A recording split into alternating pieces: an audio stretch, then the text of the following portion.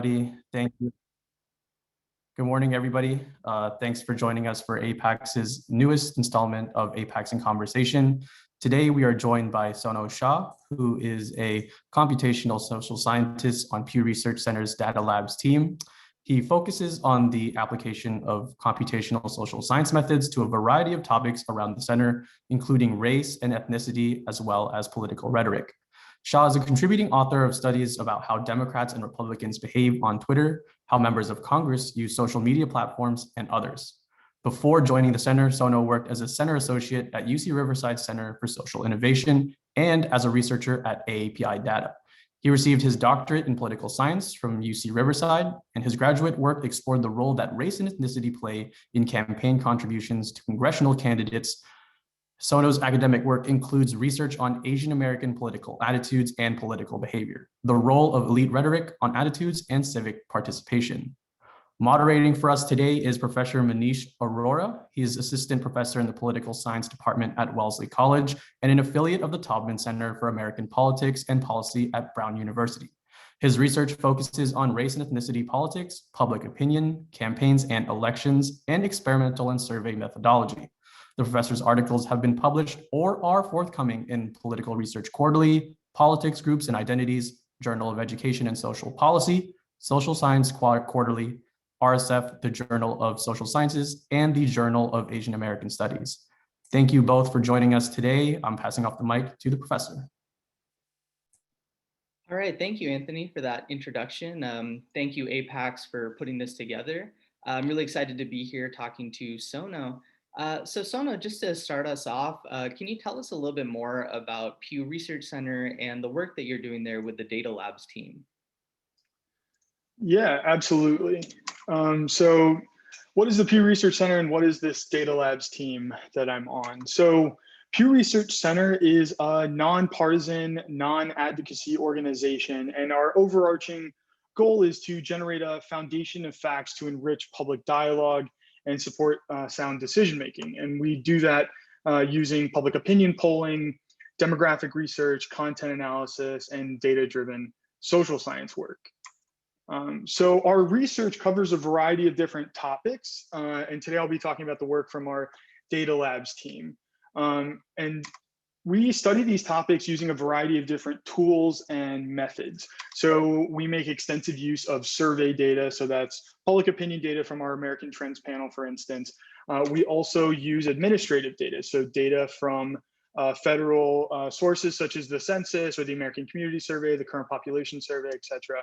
And then the team that I'm on, the Data Labs team, we make use of computational social science tools, data science methods to work with the newly available kinds of data that are increasingly coming from our interactions in the digital world on social media platforms such as Facebook or Twitter.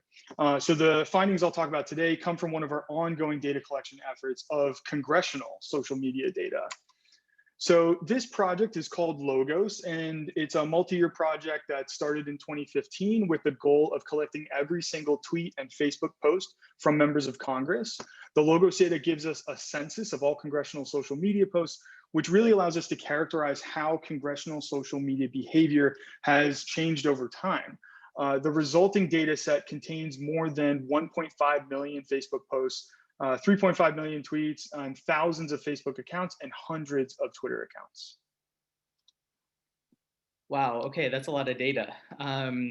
So as part of this project, you recently published a report, which I want to ask you about. So this report looked at how lawmakers, members of Congress, have discussed Asian Americans on social media.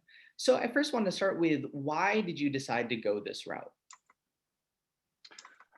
Yeah, that's a great question. And I'm going to provide some context for that to help motivate our discussion. So the first comes from our study of congressional social media, that Logos data set that I just mentioned. And using that data, we've been able to track how congressional social media behavior has changed from 2015 to the present. And what we found is that members of Congress are increasingly using social media platforms to engage with the public. What we've seen is, compared with a similar time period in 2016, the typical member of Congress now tweets nearly twice as often, has nearly 3 times as many followers and receives more than 6 times as many retweets on their average post compared to 2016. It's similar on Facebook. The typical member of Congress produces 48% more posts and has increased their total number of followers and average shares by half. The other bit of context comes from what we've learned about the Asian American population over time. So as I'm sure everyone here is aware, Asian Americans have consistently been the fastest growing racial or ethnic group in the United States for quite some time. And because of that, Asian Americans are making up an increasing share of the US electorate. Also, our public opinion data has found that even before the pandemic, a majority of Asian Americans had personally experienced discrimination because of their race or ethnicity. And our data from early April found that 8 in 10 Asian Americans say violence against them in the United States is actually increasing. And so given all this context, we wanted to take some time to explore how our elected officials are talking about Asian Americans on these digital platforms that are becoming increasingly important for how they engage with the public. So one of the findings from this report is that the way that members of Congress and US lawmakers talk about Asian Americans has shifted markedly starting in 2020. Can you tell us a little bit more about that? In what ways has it shifted? Yeah, absolutely. So the first thing that we wanted to do when looking at this data was kind of get a feel for how often do members of Congress actually mention Asian Americans on their social media, in their social media posts. And so in order to do that, we developed a list of keywords that consisted of terms like Asian American, Asian Americans, Chinese American, Vietnamese American, etc., as well as like hashtags like APAICS and other things. And the full list of keywords is available in our methodology, but we use that keyword list to be able to flag individual posts for whether or not they mentioned Asian Americans. And after we did that, we found that mentions of Asian Americans tended to follow a relatively predictable pattern, with the month of May in each year being the peak of monthly mentions of Asian Americans by members of Congress, which makes sense because May is Asian Pacific American Heritage Month. However, we found that starting in 2020, this pattern appeared to actually break down, and we started seeing a greater number of posts mentioning Asian Americans, actually much greater than what we had seen in previous years. And as you can see from the graph, even more recently, the number of posts mentioning Asian Americans has actually skyrocketed in the first several months of 2021. So to kind of zoom out a little bit, from 2016 to 2019, members of Congress collectively mentioned Asian Americans fewer than 2,000 times in each of those years. However, in early 2020, members of Congress produced more than 1,400 posts mentioning Asian Americans in the first 4 months of 2020. And in the first 3 months of 2021, lawmakers had greatly surpassed the total number of yearly mentions of Asian Americans in every year from 2016 through 2019, and they've nearly exceeded the total number of mentions from all of the previously record-setting year of 2020. Now, the change that we're seeing is not just limited to the total volume of posts, but also the share of Congress. So what we're finding is that a greater share of lawmakers are actually taking part in this conversation than was true in previous years. So for example, in 2016, 167 or 31% of active lawmakers on social media posted on social media mentioning Asian Americans. In the first 3 months of 2021, 312 members or 59% of all active lawmakers have done so. Wow, that's quite a striking pattern. Okay, you're showing us the total volume here. What about the topics? What are US lawmakers actually discussing? In what ways are they talking about Asian Americans on social media? Yeah, this is a good question, and it's one I'll get to in a little bit. I think first, to give it some more context, I'll talk about who is actually talking about Asian Americans among members of Congress. And this is one thing that we found that was consistent throughout the time period that we were looking at. So Democratic lawmakers have produced the vast majority of congressional posts mentioning Asian Americans since we began systematically collecting these tweets and Facebook posts. In every year, dating back to 2016, Democratic members of Congress have accounted for a minimum of 83% of posts mentioning Asian Americans. And if we look at 2020 and onward, 93% of Democratic lawmakers compared to 32% of Republicans have made at least one explicit reference to Asian Americans on social media. Now, the other thing that we found that was particularly interesting was that members of Congress who are themselves Asian and Pacific Islander American also produce an outsized share of these posts. So members of Congress who are Asian and Pacific Islander American represent roughly 4% of active lawmakers during the time period of our study. But they also represent roughly 6% of all congressional social media posts, but they actually account for 36, more than a third of all posts mentioning Asian Americans on these social media platforms. Now, what's interesting is the prominent role that these lawmakers play is actually one that spans party affiliation. So some 6% of Democrats in the current Congress are of Asian or Pacific Islander origin, but these lawmakers accounted for a third of all Democratic posts that mention Asian Americans. Similarly, the 1% of Republican lawmakers who are Asian or Pacific Islander American have produced 42% of all such posts from Republican members during that same time period. That's really helpful context. So real quick, before we move on to a couple additional questions I have, there are some interesting questions coming in on the Q&A. So one of them, and I think this is just to clarify what we're looking at here. So when you're mentioning that congressional mentions of Asian Americans on social media, do these posts include mentions of Native Hawaiian and Pacific Islanders? Yeah, this is a great question. So for the purposes of this report, we focused on Asian Americans. And this is something that we talk about in the very beginning of our paper, that the terms that we were using were focused towards identifying posts that talked about Asian Americans and the Asian origin groups. So in order to do that, we had to include common hashtags like APA Heritage Month, but also terms that are commonly used to describe both Asian Americans and Asian Americans and Pacific Islanders, or Native Hawaiians and Pacific Islanders. So what we did was we focused on posts that primarily we focused on keywords that were primarily focused on Asian Americans, but if they could be plausibly used to refer to both Asian Americans and Native Hawaiians and Pacific Islanders, they were included in our keyword list. Okay, thank you for that clarification. That is a great question. There's a couple more in the Q&A that I'm going to get to in a minute. But first, I did want to go back to that question I asked of just what are, in what ways are US lawmakers talking about Asian Americans? Yeah, for sure. So we looked at this in a couple different ways, and I'll talk about each of them right now. So the first was that, if we're thinking about the Asian American population, we know that there are 6 major origin groups, so Chinese, Indian, Filipino, Vietnamese, Korean, and Japanese Americans that comprise the vast majority of Asians in the United States. And what we find is that these same 6 groups also account for the overwhelming majority of references to Asian American origin groups by lawmakers on social media. One thing that we found was that Korean and Japanese Americans were mentioned more often by lawmakers on social media relative to their share of the Asian population.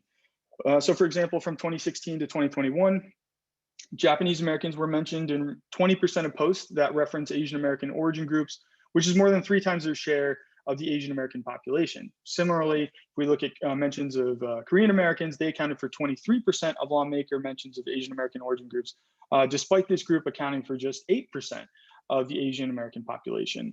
At the same time, some origin groups have grown more or less prominent in lawmaker mentions over time. So dating back to 2016, mentions of Chinese Americans have accounted for 20% of lawmaker mentions of Asian origin groups, a figure that's roughly in line with their share of the population. But in 2020 and 2021, mentions of Chinese Americans have made up nearly 1/3 of lawmaker origin group references.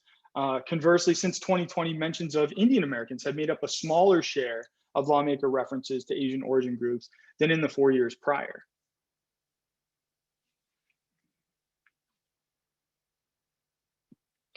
That is very interesting.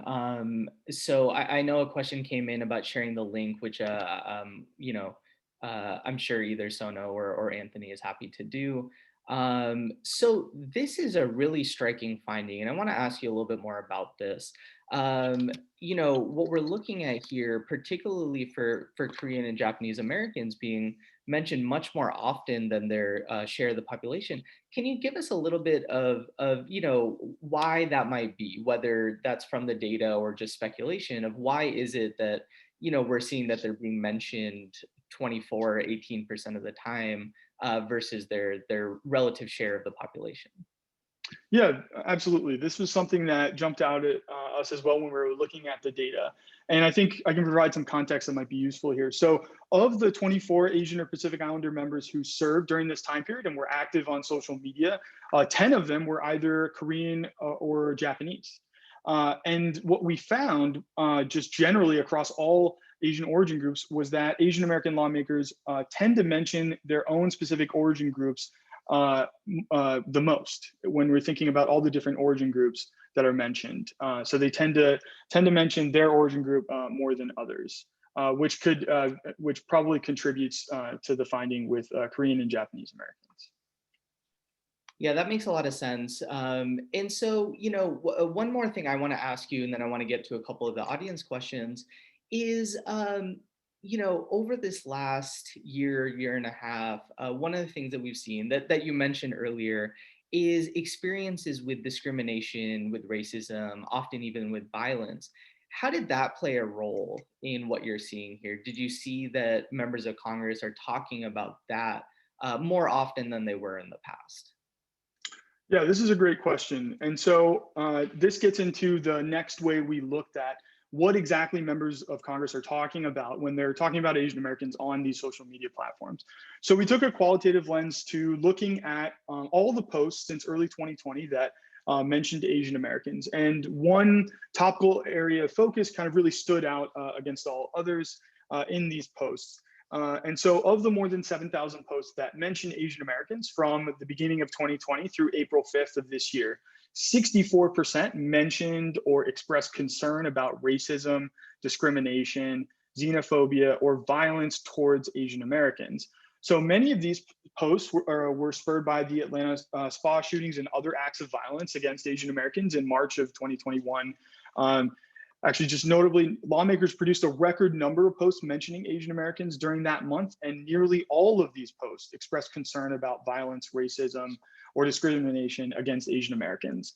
Another set of posts that mentioned violence, racism, or discrimination towards Asian Americans during the COVID-19 pandemic. So some 33% of all posts that mention or express concern explicitly mention the terms such as COVID, pandemic, or coronavirus.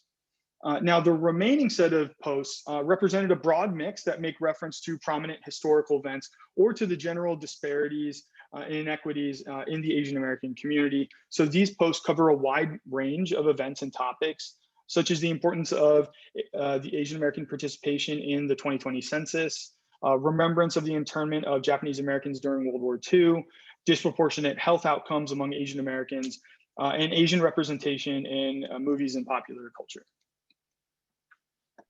Okay, wow, 64%. That is a very large share. So, two of the questions that came in on the chat, we're asking about other groups, right? So we have this focus on Asian Americans. Certainly, there's been an increase in discrimination and violence that we've seen. Are you, or is the Data Labs team planning on doing this kind of work for other groups, African Americans, Latinx, Native Americans, etc.? And do you, so let's start there. Do you have any plans for collecting that additional data? Yeah, this is something that I think we would be very interested in doing. I think one of the ways that, one of the reasons I was really excited to work on this project in particular, because it really gave us a chance to kind of use the congressional social media data in a way that maybe people hadn't done before to focus on how our elected officials are talking about or discussing certain groups. And so in the past, we've used the congressional social media data to look at how often members of Congress use the Black Lives Matter hashtag. So that was a post that we did earlier in 2020. We also did an analysis using the same set of data that looked at how often members of Congress use different terms to refer to the Latino population. So the use of Hispanic, Latino, Latina, Latinx, But beyond that, looking at the different origin groups or racial or ethnic groups, that's absolutely something that we could do in the future. Okay, and then, kind of going off of that, there's another question that came in the chat about just, did you face any particular challenges collecting this data? Do you have some strategies for overcoming those challenges? What was that process like? Yeah, well, I think this is something that's a really good question, and I think something that I was really thankful that when I joined the labs team that my colleagues on labs had already established and thought extremely carefully about data collection and social media data. Social media data is incredibly tricky to collect and analyze in a systematic way. There's a lot of things to keep in mind, and I think a really great overview of that process and all of the challenges that our team faced is really well laid out in the methodology of the report, as well as our main report that kind of characterizes the change in social media over time. Not only that, but this report and our main report also makes use of some of the open source tools that our labs team has developed. So we have 2 Python libraries, PewTils and Pew Analytics, that house some of the tools that we use to clean and analyze the congressional social media data. And those libraries are things that anyone can download and use, and we have documentation for them as well. So follow up to that, because I agree, for people who haven't used some of these tools that Pew has put out, they are incredibly helpful. I also, as an educator and a scholar, I use Pew reports and Pew data quite often, both in the classes that I teach and also in some of the scholarship that I put out. So I wanted to ask a little bit about that. How do you want people to be using these reports and this data that you're putting together? Well, I think, one of the things we try to do is make this data available to, members of the public. So, if we're talking about our public opinion surveys, that data is publicly available. You can go on our website and search for it yourself. We make parts of the congressional social media database available, whether that be like the compiled posts that look at particular members of Congress and like the number of followers they have, but also other things as well. And I think, as a researcher, I'm always happy to talk with interested researchers who are curious about using this data. That's something that I'd be very happy to talk with anyone who is interested in looking at this data or using it in some way, shape, or form.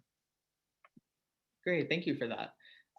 So a couple more questions that have come in from the Q&A about the data specifically. One of them is, so you said that you're starting the collection in 2015. Why 2015? Why was that year chosen? This, from what so the data collection started before I joined Pew, and I think that was just the start of the process for developing the logos data. I think on our website we should have a post that introduces the logos database as one of our data collection projects. So I would say take a look at that for a more thorough discussion that introduces the database itself and some of the thinking behind how we collected everything. Okay. And then one more question that I think is kind of specifically about the data, so one of the things that you mentioned was that Asian American members of Congress are, of course, much more likely to be tweeting about Asian Americans. Were there other ways that you cut the data? So for example, this question is about age. Do you see some differentiation here? Like, we might expect younger members of Congress to be posting more often, maybe in general, and maybe also specifically about concerns about racism in the Asian American community. Did you look at that, and do you have any interesting patterns that you find? Yeah, this is a great question. So age is not something that we looked at. We looked at other potential either member level characteristics or district level characteristics. So for example, one of the things that I was particularly interested was seeing if there was any relationship or any correlation between a member of Congress's constituency in terms of the share of their district that's Asian American, for instance, and how often or how frequently they mention Asian Americans on social media. And we weren't able to find, there was a lot of noise in that data, and we weren't able to find something that was solid and consistent over time. However, that's a great suggestion with reference to age and other potential characteristics. That's absolutely something we could look at in the future. Okay, thanks. And you know, actually, I just have a follow-up question to that. Sure. You know, as you looked at these posts, particularly the ones that deal with concerns about discrimination and racism, were other groups mentioned, or was it specifically talking about the Asian American community, or do you see posts that express concerns about racism, discrimination, inequality, etc., about multiple racial, ethnic, or religious groups? Yeah, this is a really interesting question. So let me provide a little bit more context for this particular part of the analysis, and then I'll get to your question. So, you know, thinking about this group of posts that are about Asian Americans and express concern about these kinds of things. So Democratic lawmakers have produced the vast majority of these posts, like 97%. And if you look at the share of Democrats and Republicans, nearly 45% of Democratic lawmakers have produced at least one such post since 2020, compared to 6% of Republicans. Now, to return back to your question, so in many cases, these expressions of concern that included Asian Americans actually included Asian Americans as one group in a broader set of racial and ethnic groups who have experienced historic or ongoing discrimination. So some 11% of these groups also include mentions of groups such as Black or African American, Hispanic, or Native Americans, along with Asian Americans. Said about 11%. Yeah, that's right. Okay, yeah, that is quite a bit. Okay, thank you for that. So, you know, I wanted to ask you a little bit of a broader question here. So, you know, over the last year and a half, there's been high-profile attacks against members of the Asian American community. There's been this growing experiences and concerns over discrimination and racism. Can you talk a little bit more about, just in general, how are Asian Americans rising to this challenge? Yeah, so that's a great question, and it's one that I really come back to. You know, the finding that kind of stood out to me over, you know, through all the findings that we looked at, and it's that it's the finding about that Asian Americans who are, you know, members of Congress who are themselves Asian and Pacific Islander American are more likely to mention or talk about Asian Americans on social media, and to me that really underlies you know, the importance of descriptive representatives. You know, having someone who shares your life experiences and can talk about those things as an elected official. I think you know, our report kind of highlights that that's the case, right? Asian members of Congress who are themselves Asian or Pacific Islander American, they account for just, you know, 4% of active lawmakers, but they accounted for more than a third of posts that talk about Asian Americans during the time period that we looked at. Yes, thank you. Thank you for that, Sono. And I know that there's a good amount of academic scholarship out there also showing the role that Asian American lawmakers are playing both on social media and in other avenues. Thank you so much, Sono and Professor Aurora, for joining us today. There is a lot of work to be done. This conversation can go on for a long time. I'm hoping that this conversation also connected you with our community so that we could, you know, improve our relationship and collect better data. As you can see, Sono has put up their contact information, so please give them a ring, connect with them. We'd love to see the connection with our community here. I just wanted to thank you both for joining us today. Next week, or no, 2 weeks from now, on June 8th, at the same time at 11:30 a.m. Eastern Time, we will have our next installment of APAICS in Conversation, this time featuring Mayor of Bakersfield, California, Mayor Karen Go. Sono, Professor, if you have any last remarks, feel free to let the audience know. Yeah, I just wanted to say thanks to APAICS. Thank you, Anthony, and thanks to Professor Aurora for for taking the time to talk through these results with me. And I will absolutely send along the links to the reports that I referenced in this presentation. And so hopefully you can share them with others. And absolutely, I really think that, you know, this kind of research and these kinds of tools and methods are something that if anyone is interested in, you know, using these kinds of tools or methods or data, really feel free to contact us, because this is something that I really feel like is underutilized, especially when we're talking about, you know, studies that look at Asian Americans in particular. Yeah, and I just want to say thank you, Anthony. Thank you, APAICS, for providing a platform for this really important discussion. You know, I learned a lot from this discussion, so thank you, Sono. And you know, I'm excited to see what you and the Data Labs team put out next. Thank you so much to everyone tuning in, and to Sono and Professor Aurora. Have a good rest of your day. Thank you. Thank you.